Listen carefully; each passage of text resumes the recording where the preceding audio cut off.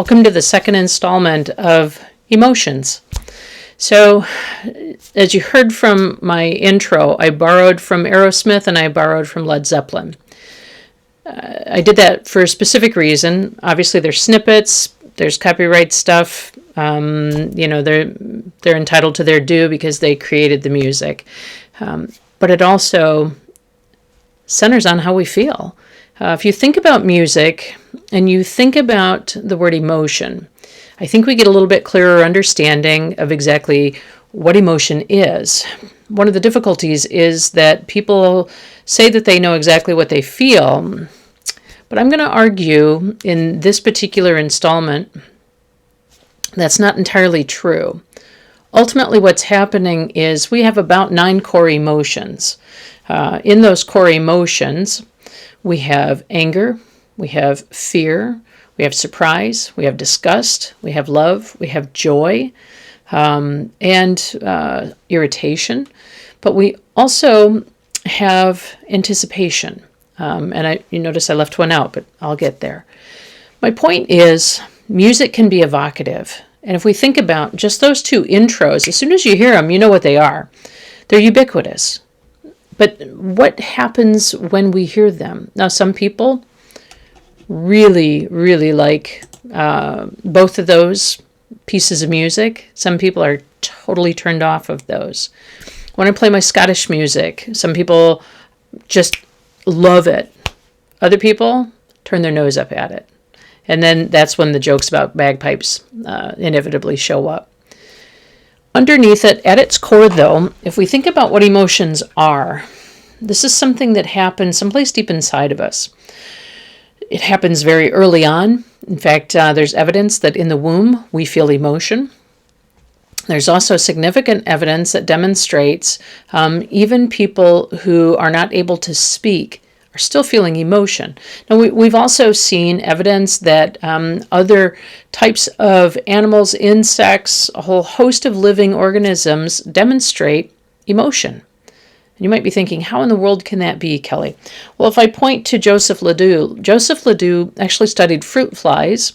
You're familiar, I'm sure, with Jordan Peterson's quotation of the studies around lobsters and how lobsters feel joy. They love to be tickled.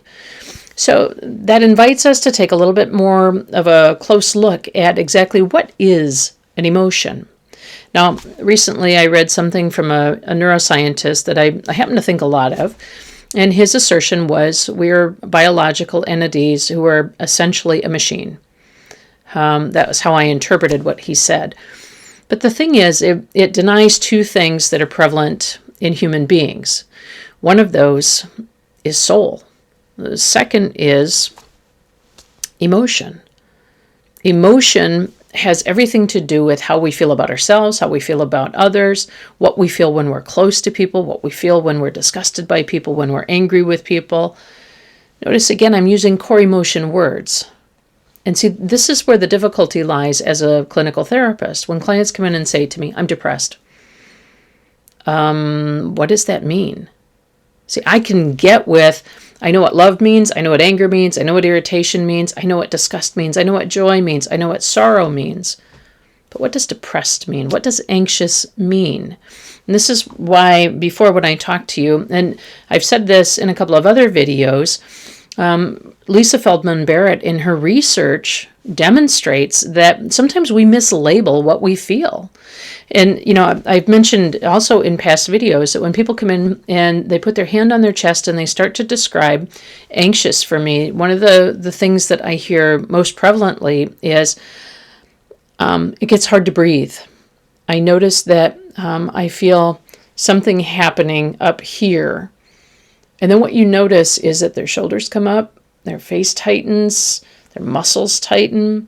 Notice that right up here in the globula, that area begins to knit together between the brows. It's a demonstration that there's an anticipation of something very negative. In some cases, we could describe this as fear. That was the 9th one. In other cases, we can describe this as a sensation. We feel it in our whole body because recall I've mentioned several times that the body is a system. And what that system is doing is it's trying to make sense of something that is right in front of it. Now, I'm going to share with you that recently I've been doing a lot of grief therapy with about 4 or 5 clients. And the underlying emotions in that grief therapy, often sadness, low mood, sense of hopelessness. Now I'm getting into feelings. And this is where we differentiate, because when we start to talk about feelings, these are the verbs, the adjectives, and the adverbs that we give to the experience of what we're feeling. And so these descriptions become really important as a clinical therapist, but they also become really important as the person who is having that experience. And here's why. Because sometimes we work really hard to suppress feelings. We work really hard to deny them, to avoid them, to do whatever we can to not feel something that we anticipate is going to be really painful. Now imagine that you're a parent and you've lost a child. Imagine that you're a brother or a sister, a husband or a wife, a grandchild, a grandmother, grandfather, and you lose someone that you feel very close to. Now, I'm going to share with you, when I was about 9, my grandfather passed away. My grandfather was one of the closest people to me in the world. This is a guy who knew how to bring out the best in me. And he did it quite simply. In fact, I use it as an underpinning of a lot of the interactions that I have with my clients in therapy. And it starts really with just getting curious, but also doing it from a place of love. Now, when I talk about love, that has a different set of meanings for a whole lot of people. The difficulty is, in this day and age, we are inundated with things that are sensory. And if I put this into a slightly different context than maybe you were expecting, if we think about what we feel, we can get stuck in a negative feedback loop. That's a psychological term that says we keep doing the same damn dumb thing over and over again, expecting a different result. And you've also heard that as somebody else's theory of what doesn't work. My point, though, is that when you have these sensations, it isn't just something that's happening here. It's also something that's happening here. And we have language to describe this. I felt like I got kicked in the gut. Man, this is just kicking my derriere. It feels like a pain in the neck. You're a pain in my rump. You drive me to drinking. You notice that we have a lot of colloquialisms and ways to describe what we feel, but they're not really specific. Now, I'm going to point to this for a specific reason. And hopefully I'm going to teach you in this video a little bit about how to identify the emotion and then how to be present with it so that it can pass. Now, you've also heard me in other videos talk about something that comes out of Albert Ellis's work in rational emotive behavior therapy. He identified that we have a thought, quadrillionth of a second later, we have a behavior, an emotion, and then a behavior shows up. Now, often when I sit with clients, I hear what I call the not good enough message. There are a couple of different ways that this shows up. Some therapists would call this imposter syndrome. Some therapists would call this, because a number of these things all kind of glom together and the lines blur. There are a number of ways that we show up where we just feel like we're inadequate, incompetent. We struggle to feel secure. We struggle to feel comfortable in our own skin. Here again, I'm using a lot of descriptive language to try to paint a picture. But if I invite you to take a significant look at how you heard those words, what does it feel like to be comfortable in your skin? What does it feel like when you're learning something new and you have to be in front of a large body of people? What does it feel like if you walk into a mall? Now, recently, I've been watching some Pimple Popper videos and Hoof GP videos. And you might be thinking, what does that have to do with emotion, Kelly? Everything. Because when you're watching some of the professionals who are working with people who are showing up with issues of the skin, you quickly hear that I'm not good enough. I'm not acceptable. I don't belong. I'm being judged. They're looking at me, they're making fun of me, they're saying things about me. And notice again, something else that's happening here. And the troubling part of all of this is that it's those internal messages, because the thoughts that we're having are, they're looking at me. Now, I talked with a guy a couple of weeks ago who said to me, I'm a high-flying professional, Kelly.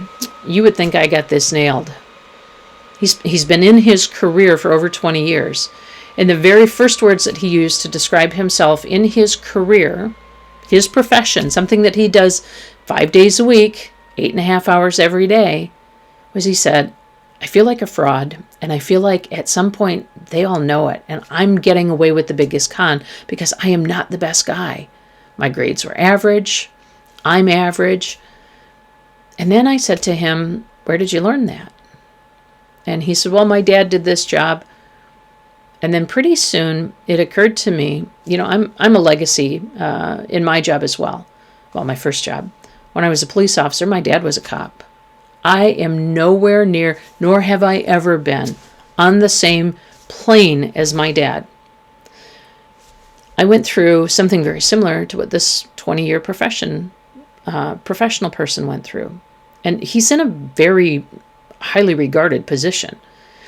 But the difficulty is if we learn a message early on that some part of us is unacceptable, because it is not uncommon for me to have clients walk in the door and say, I have been feeling this way all of my life.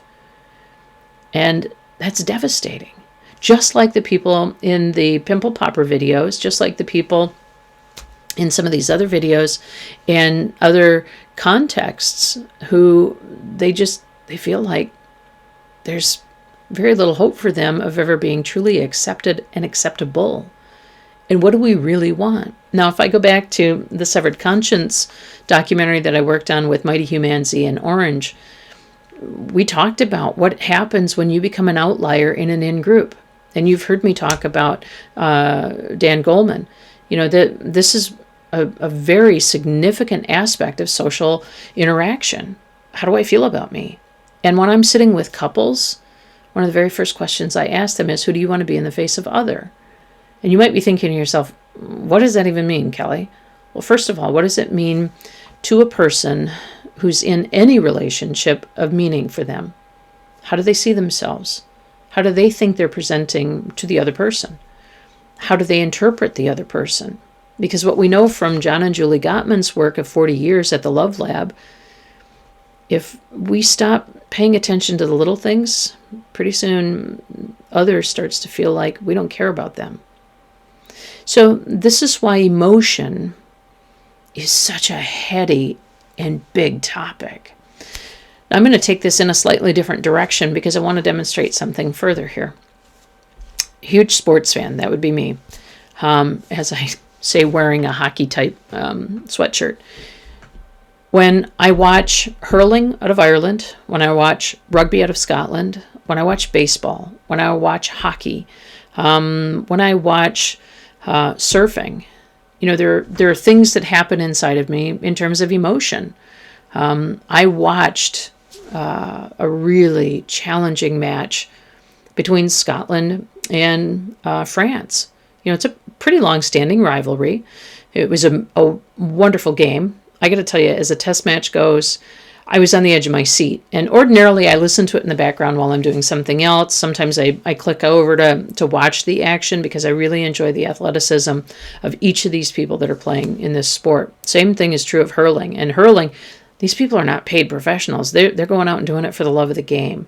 Now, ask yourself, you're risking broken bones, concussions, significant lacerations, and for what? For what? Because it feels good. I was thinking about my own experience when I played softball. I played a lot of softball. I coached softball. I umpired softball. I umpired baseball too. And I coached baseball for a part of a season. One of the things that I recognized was that every time I got up to bat, I'd get a little bit of butterflies in my stomach. And the thought would run through my head, don't miss that. If it comes to you, you got to be ready to play that. And I was looking at all of the angles where I possibly had to play it. Now, I was a catcher for a lot of my career, and then I became a third base person. And then for a little while, somebody stuck me out in right field. Probably smart, because in co-ed ball, it's long ball all day long when you get certain guys up there because they just crush that ball. Now, notice again, my language. And did you hear what happened for me? It's a little bit disappointing to me because how do you field against guys that are hitting 300 all day long? You know, even in church softball. I mean, we played against a guy. I'm not kidding you. Every time this guy got up to bat, I would just feel so deflated because I was like, why are you coming out here to play ball? I know why he's playing. It was really good for his ego. Didn't do anything for the rest of us because we got to stand there and watch the ball go over the fence every time. You know, good for you. Good for you. I'm really not jealous. I'm really not. I think, you know, if we're going to go play, let's play. Let's not grandstand. But see, that's the difference between the way that I play and the way that other people play. And there's nothing wrong with that. Now, you might be looking at me going, seriously, Kelly? Seriously? The point of the game is to win? Yeah, it is. But it's also to be out there to have fun. You know, I used to play pickup games. I played a lot of sports when I was an undergrad at Ferris. And I enjoyed just getting out and, you know, screwing around. I played broomball when I lived in South Dakota. I wasn't any good at it, didn't care. I was having fun because you're just out there to, you know, kind of shake things off with people. I will tell you a quick funny story, though. I dated a guy who had been recruited by the Washington Capitals, so he gave me a bunch of gear, and I was on a team for my police department here in Michigan, and we played pickup games against some firefighters. And I had a helmet on, and I don't know, this guy apparently hadn't played against me before and didn't realize who I was or anything about me. I started to make my way towards the puck, and as I'm skating towards the puck, I got my stick down on the ice, and I'm trying to reach for it. And man, I mean, he just plowed me instantly. Thought, behavior. What's in the middle of that? Oh, the emotion, anger. I was pissed. I threw my helmet off, threw my gloves off, and I turned around and I went at this guy. And you're like, seriously, Kelly? Yes, because that's how competitive I was feeling about playing hockey. Now, admittedly, I was about 20 years younger, but I mean, I went at this guy, and when he realized it was a woman that was coming at him, he freaked. All of a sudden, he's like, oh my God, what did I do, woman? I'm so sorry. I get it. But please stop plastering me because I still got to go to work tomorrow. That was my thinking. But see, it goes back to what I also talked about when I played cowboy poker. There's a thought, there's an emotion, and then there's a behavior. Somewhere in our subconscious, oh, did you see my last series on the subconscious? Somewhere in there, something happens to us, an emotion wells up in us. You've probably heard that expression as well. Now, notice that I've been giving you examples of things that are somewhat positive, but also things that seem pretty manageable. Except for the example of grief. Now, what about loss? And loss shows up in a lot of different ways. But when we take apart what the emotions are, it's painful. That's how people describe it. It's painful. But when I ask them, what is the emotion? It's pain. Pain's not an emotion. Pain is a sensation. So this takes a little bit more work. Now, don't be upset with yourself if you're having difficulty identifying what do I feel. And the words that come out are action words. That's okay. Because at least you're giving some name and some reference to what's happening inside this system. I think that takes us out of the realm of simply organic goo that just functions on a molecular level. Because there's something else that is happening in here that gives it meaning. Now, you're going to hear me talk a lot about meaning in the context of emotion. And you're probably also going to hear me talk a lot about sad emotion, painful emotion, difficult emotions. So buckle up, Buttercup, because here we go. Now, when I talked to you before about the book from 1924, when it talked about emotion, one of the things that it talked about, which I thought was fascinating, is the book talked about recognizing emotion in other people. Remember, the book was written for a professional who is supposed to be able to look at somebody else, evaluate with them, and then start to make decisions. Now, I'm going to tie this back to a couple of neuroscientists. Before Joe Ledoux and before Tom and Campbell, and I forget the other person's name. But I'm going to take us back for a minute. If we look at what early medical professionals thought of emotion, they also had words to describe psychosis, where they talked about a person disconnects from themselves. Now, mind you, the subject of emotion can fill up at least 5 books. And here's what I want to help you to understand about emotion. We experience on a spectrum, but we also experience it insofar as we allow ourselves to. So let me go back to my example of the people who have been experiencing grief. There's something called complicated grief. This is when grief lasts for longer than a year. Now, you might be thinking to yourself, there are people who celebrate anniversaries of deaths several years later. I'm one of those people. Every August, I am reminded that I lost 2 coworkers and a third was critically wounded. Now, each year it gets easier. There's not an emotional hurt that goes with that. But here's what I also know. When I look at those pictures, what I'm doing is I am bringing to mind those memories. And my subconscious says, I recognize that. I had an affiliation with both my coworkers. I also had significant feelings for them. I cared about these people because they were my coworkers. But I also cared about them because these are people who showed up in my world and complimented me by being supportive, backed me up, showed up when I was getting maybe into trouble, even showed up just to check up on me. Likewise, I did the same for them whenever I was close. In fact, I listened to them on that day. I heard the radio traffic and I thought I need to start going that way. And then I started to hear a lot of other chatter from a lot of other of my colleagues who were also moving in that direction. And I thought, you know what, for 3 individuals, any more than 4 cops is going to be a lot. And then the unthinkable happened. And one of them was killed on the scene. One of them died 3 days later. And the third ended up having to have surgery, and thankfully he's back to work.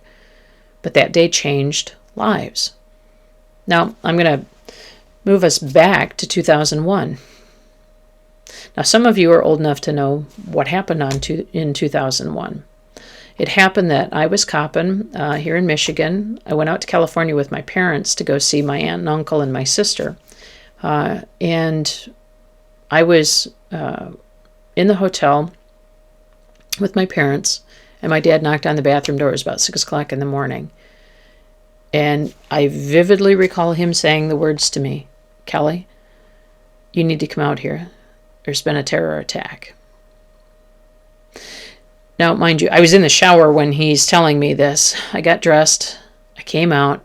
I sat down. I looked at the television with my dad. My dad had been a cop for 32 years.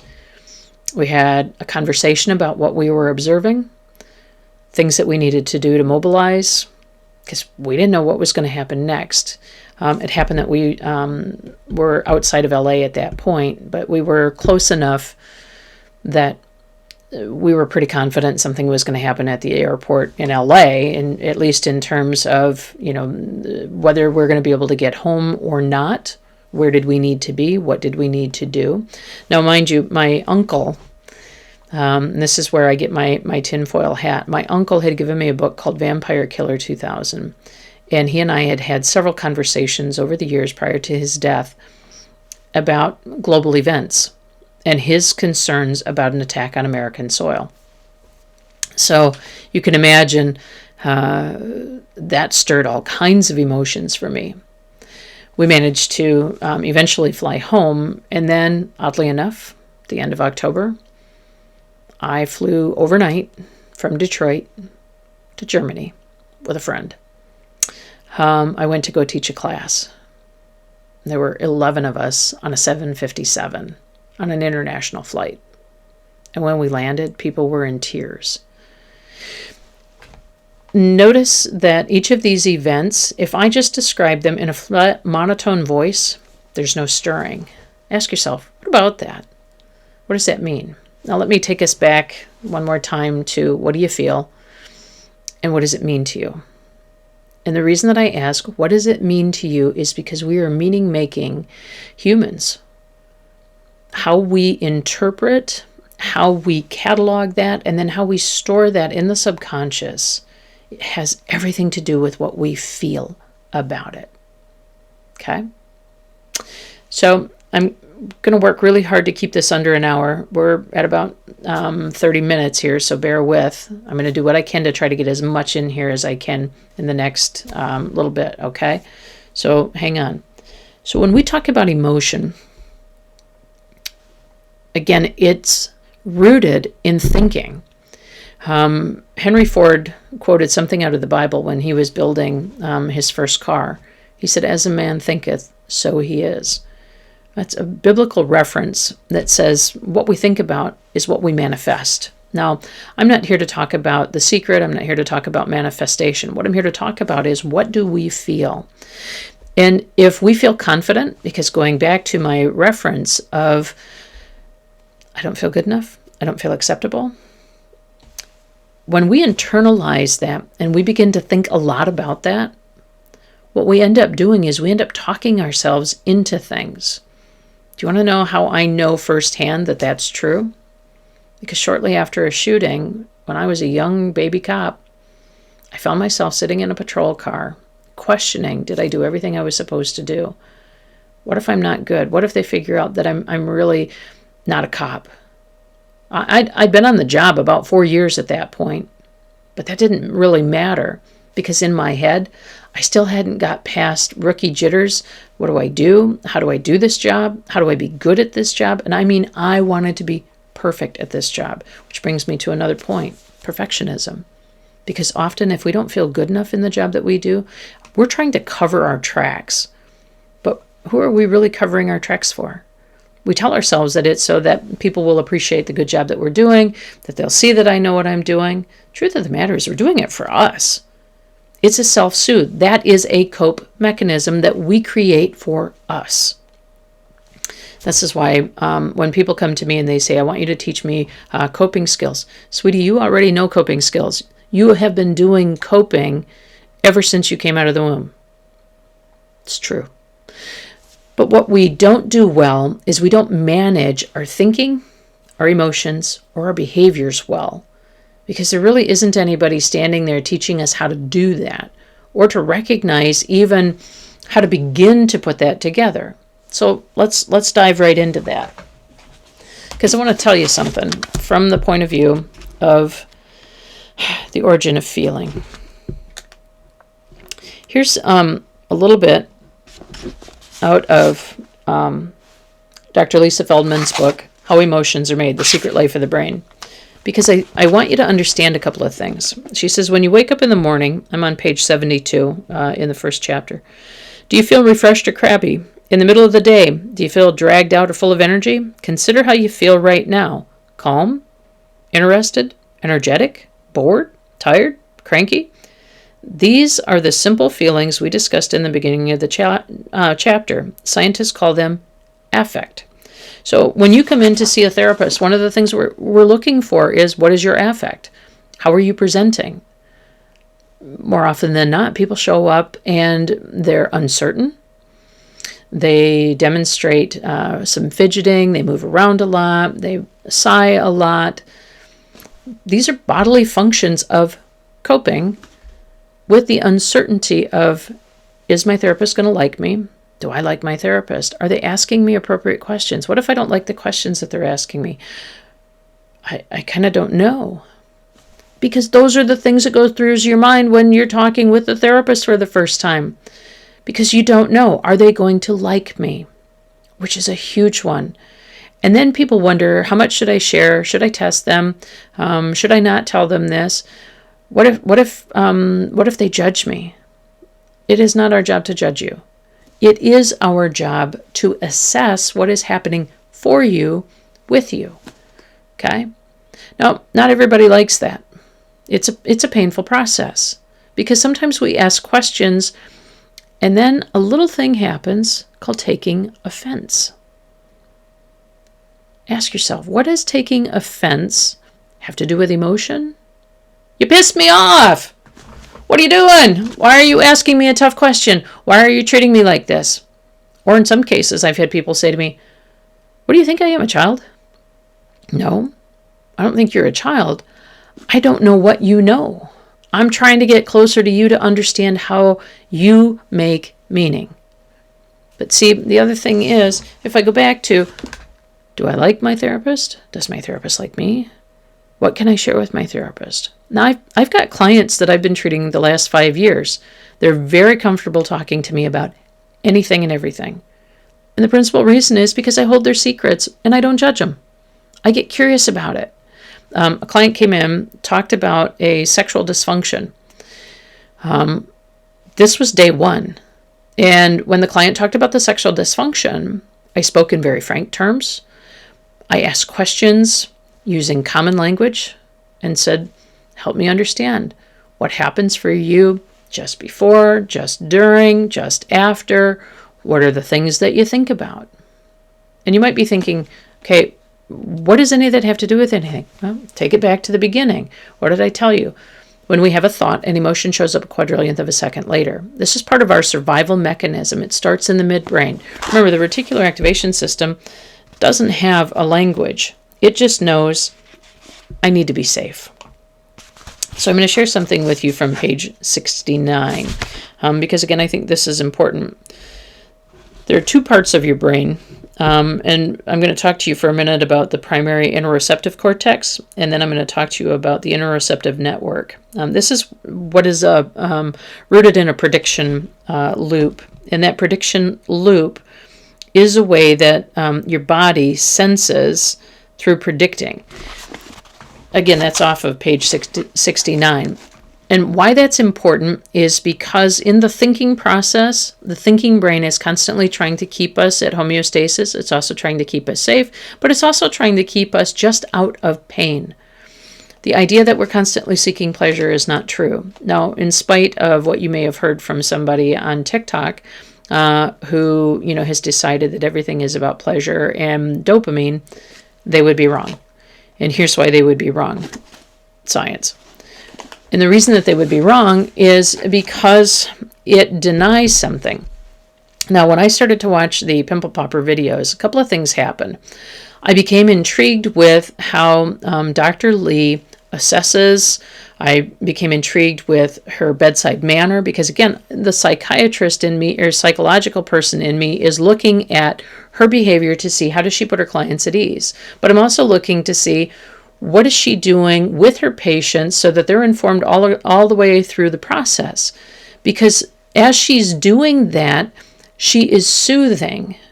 So she's taking them just outside of pain because she's keeping them informed. Their prediction loop says, I don't have any previous experience doing what she's about to do with me. Therefore, I have to create new images and a new way of interpreting these things. And because she does it in such an authentic way, they build trust very quickly, which is huge, okay?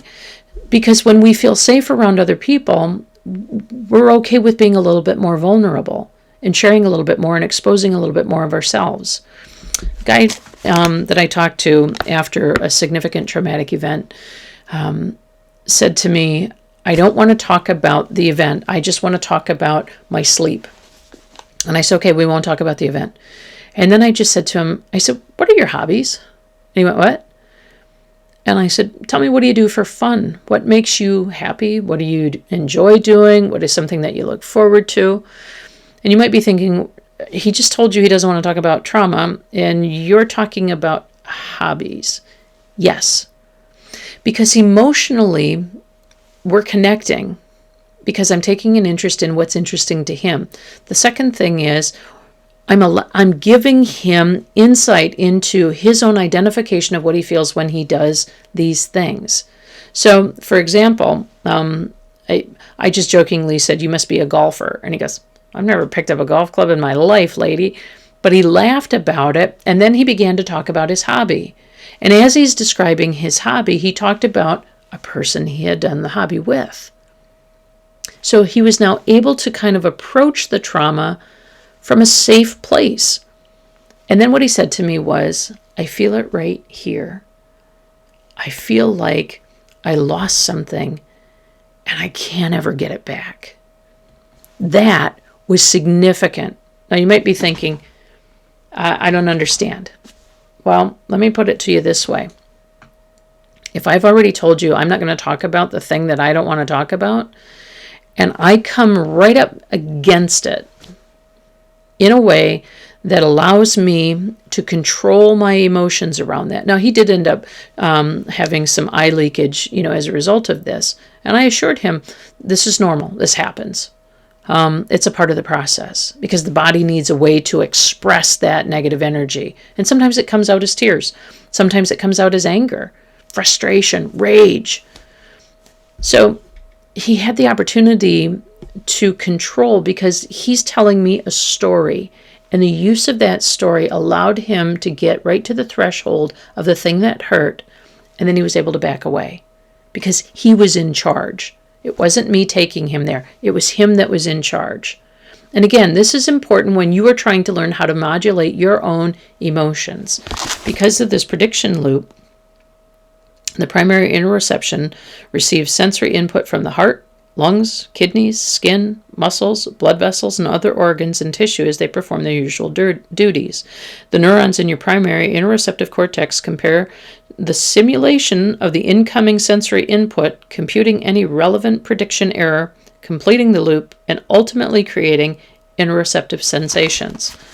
So what's happening is your body is coordinating with what it feels. It's generating feeling. And the more that you think about it and the more that you are working around that story, the more you're feeling.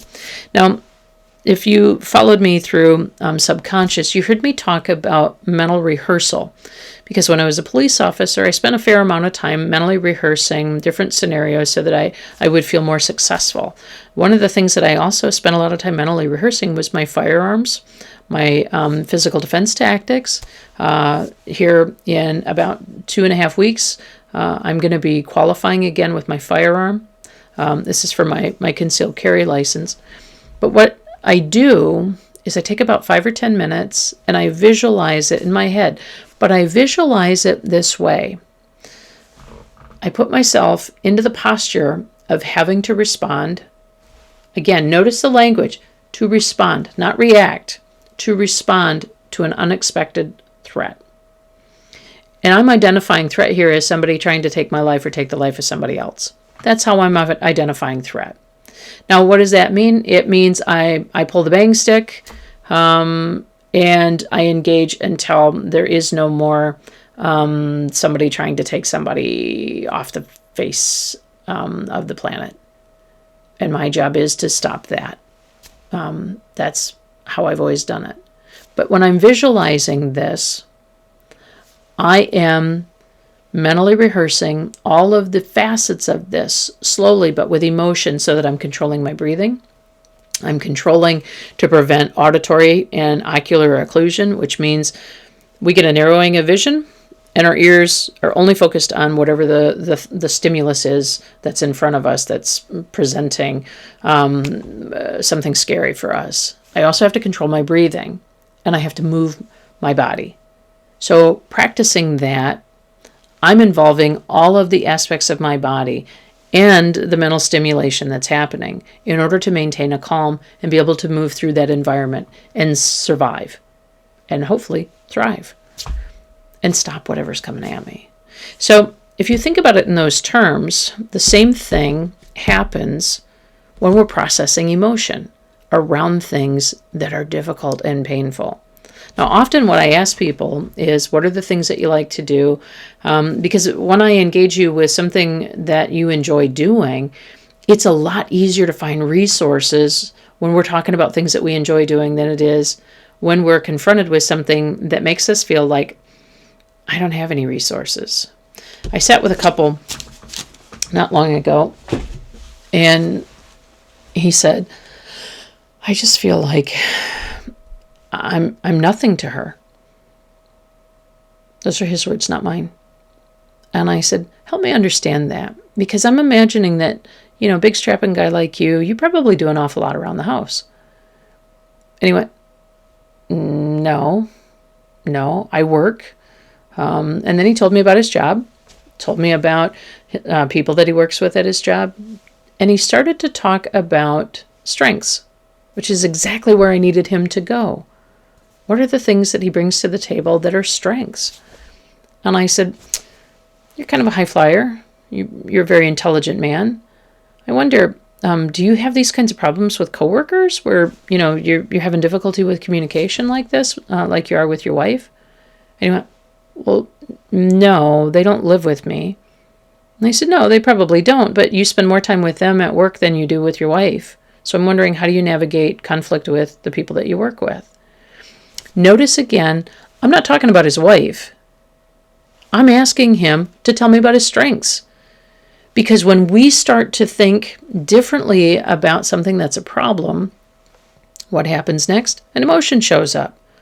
We begin to go back into the Wayback Machine and think about all of the times that we've been successful in navigating issues with the other people that we have relationships with. That empowers us to then take a look at what's happening in those difficult and painful circumstances without it being quite so painful. Now, here's another way that we can approach this. And this is one of my favorites. It absolutely is. I talk to people about, being in the raft, and I tell them we're going to probably talk about some pretty painful and difficult things in here. You just need to know you have permission to tell me, Kelly, I don't want to talk about that. That's okay. Because I also have a technique where I walk you through how to manage the really big emotions. It's really difficult, really complicated. Here it comes. I tell you, think about putting the emotion outside of you. And you might be thinking, okay, how do you do that? Great question. What you do is you imagine that it's got a color, it's got a shape, maybe it's got an odor, maybe it's got a texture. Whatever you're feeling, whatever that pain is that you're feeling, I want you to give it a color, give it a shape, and then I want you to imagine that you've now got a special tool where you can put it out in front of you. And then I invite you to turn the volume down on the pain and really look at what's happening inside that cluster. Every time that I do this, I've only had one time where somebody looked at me and said, I got nothing. And that one time when I said, let's take a look at the emptiness. I wonder about that. And as soon as we did that, he's like, oh, there's a little bit of green right here. And I said, can you see it? And he's like, this is the strangest damn thing I've ever been around. Yes, I get it. But once you do that, you're giving it a voice. And I know that sounds kind of new agey. It's really not. What you're doing is you're identifying, I'm feeling something here that is deeply disturbing and troubling. And I'm now having to use my imagination to figure out, what is this? Because I know people that will spend days, years, asking themselves why questions. And I invite you, stop asking yourself why. Start asking yourself a better question. What is this feeling? Where am I feeling it in my body? What does it mean to me? And if I can't readily identify what it means to me, don't panic. Because then what you do is you say, I'm going to give it a shape, I'm going to give it a color, and I'm going to put it out in front of me. So I can really look at it without it being able to punch me back. And then, sometimes I tell people it is okay to avoid some emotions. It's okay to kind of put off, but only temporary. Because emotion also has a way of getting trapped in the body. Bessel van der Kolk talks about this in his book, The Body Keeps the Score. Now, he talks about it in the term of trauma. I'm talking about it in anger, sadness, fear, rage, because all of these are rooted in how did we learn to manage this stuff as kids? And if I borrow a little bit more from the emotional brain, something that Joe LeDoux talks about is that we entrain the brain to meet certain challenges based on past experience. Now, you probably also heard me talk about how poorly the brain stores all of this information and what it does with it once it does that. So I know I've kind of meandered an awful lot here to talk about emotion, but I hope that you're understanding that emotion isn't something that you should fear. You are much less likely to be devastated to the point that you just fall over dead. Now, there is something called broken heart syndrome, and I will attest my grandmother passed away from this. However, she lasted 7 years after my grandfather died.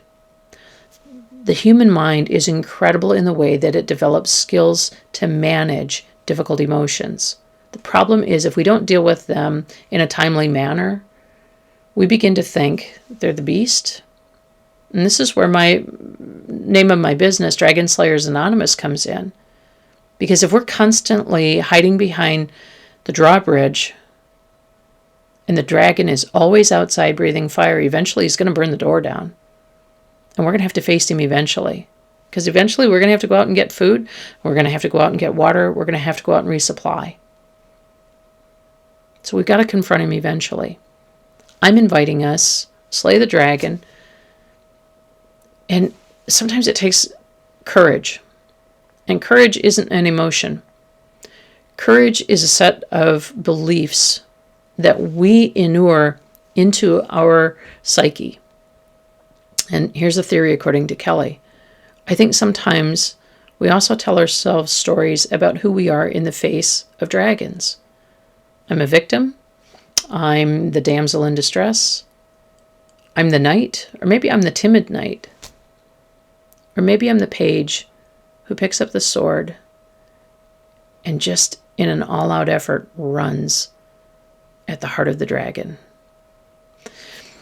Years ago, an acquaintance of mine, this was before I became a therapist, we were doing an adventure race, and she was another support person on the team with me, and she said, I'm overwhelmed. And I could see there was some panic in her eyes, and there was some difficulty here. Now, today, she would walk into a doctor's office, and somebody would hand her an anxiolytic and tell her she's got generalized anxiety disorder. She didn't have a generalized anxiety disorder. What she had was a sleep deficit, because, sleep impacts our ability to navigate emotion. She was a little bit hungry, which also impacts our ability to navigate emotion, especially if we're not getting enough fats. And then she was overcome because she didn't know what to do first. She was facing a whole new set of circumstances. So I said to her, take a minute. Let's you and I just breathe together, and I'm going to tell you a story. Now, sometimes I tell stories in my therapy sessions. I'm probably boring the crap out of my clients, so I apologize if you're one of my clients. But often I like to tell the story about Abu, who went out on his first hunt alone. Abu was a young boy, many, many, many moons ago in a country we've never heard of. But in his culture, it was customary for a 10-year-old boy to go out on his own and slay an elephant to feed his family in order to demonstrate his manhood and his prowess. And Abu was very afraid because he really preferred books and he preferred games. He didn't like to hunt. He didn't know the first thing about it. But he went out, and after about 3 days, he was getting really hungry. He was tired, he was scared, he was cold, he was very frightened. And then he could hear the bugle of an elephant in the distance. The only thing he could find in his overwhelm was a stick, and he cowered down and held the stick up. And as the herd of elephants started to come toward him, as luck would have it, the lead elephant stumbled because it didn't know what was in front of it, cowering down with this big, sharp, pointy thing sticking up. And when the elephant stumbled, the elephant fell onto the stick, and it instantly killed the elephant, who then fell over next to Abu. Abu opened his eyes and realized the elephant was dead, and the other elephants had gone around the main elephant and disappeared. They were frightened because their leader had just died. And Abu now had another problem. He'd killed the elephant, but now what? How do I get this back to my family? I'm 10. I got puny little arms. I don't have any way to cut this elephant. And I'm hungry. A few minutes later, his uncle showed up. And then his dad.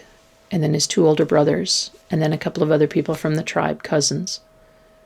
And each of them came with knives and knapsacks. And they cut on the elephant until they got all that they could carry. And then they walked back with Abu, who carried a tusk. But when Abu got into the village, they were celebrating him, they were singing his praises, and he started to cry. And he said, "But I was scared." And his father looked down at him and said, "Abu, that's the point. We have to do hard things. And sometimes We just have to show up. You can interpret that story any number of ways. She interpreted it as, I don't have to eat the elephant all in one sitting, probably because that's what I said after I finished telling her the story. And then she asked me if it was a true story. I don't know if it's a true story or not. I know I heard it somewhere else. But the point is, sometimes courage really is facing the thing we're most afraid of and then being supported and loved through that challenge. And that's hard. That is really hard. So my pledge to you here in the last 2 minutes that I'm going to talk to you is that I radically love you and I appreciate that you're watching this. Now, next week I'm going to be a little more organized as I wrap up emotions because there are a couple of other things that I want you to know about emotions. I mentioned put the emotion outside of you. Here's your key takeaway from this video.